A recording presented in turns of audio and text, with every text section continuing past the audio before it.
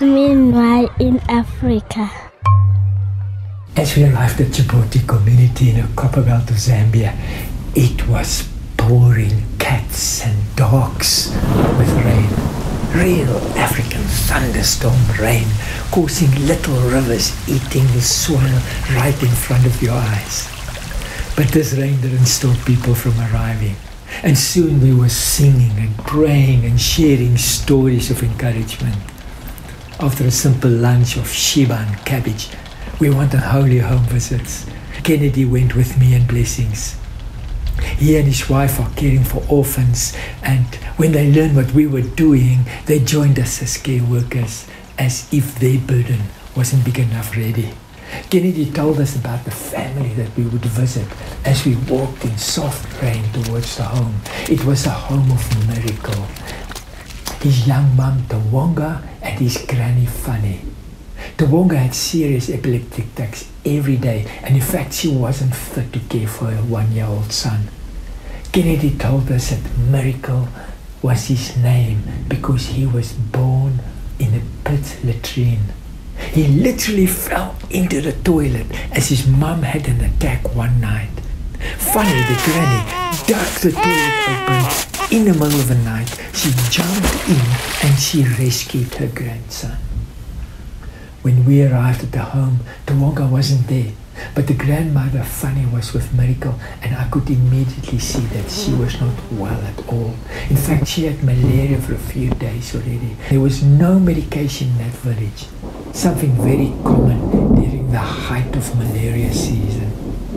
Funny was shaking uncontrollable as she sat opposite us. I could understand so well what was happening to her body at that moment. That malaria parasite was multiplying and attacking her body, and she had no protection. Only something you could really understand if you've experienced it yourself. How could this happen to one family? Where's Miracle's mum, Tawonga, today? Maybe having an attack somewhere in a strange place, alone and vulnerable. Kennedy sat quietly watching Funny. I could see he was in deep thought, a quiet man, understanding pain and loss too well. After what felt like hours, the rain slowed down a bit, and Kennedy suggested that we should start our journey back to the care point. As we walked back, he spoke to Blessings, sharing his plan of action. When we left the care point, the rain started coming down in buckets again. 9 p.m. that night, I received a message from Blessings. Kennedy found medication in a neighboring village and just started Funny with the treatment. As I got into bed that night, I prayed, Jesus, thank you for Funny. Thank you that she dug Miracle out of the toilet. Thank you for Kennedy and his willingness to care for Funny.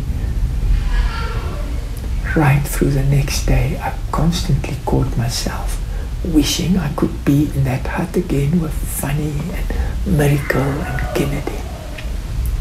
I peeped right into my father's heart, and I saw something beautiful in the midst of pain. www.handsatwork.org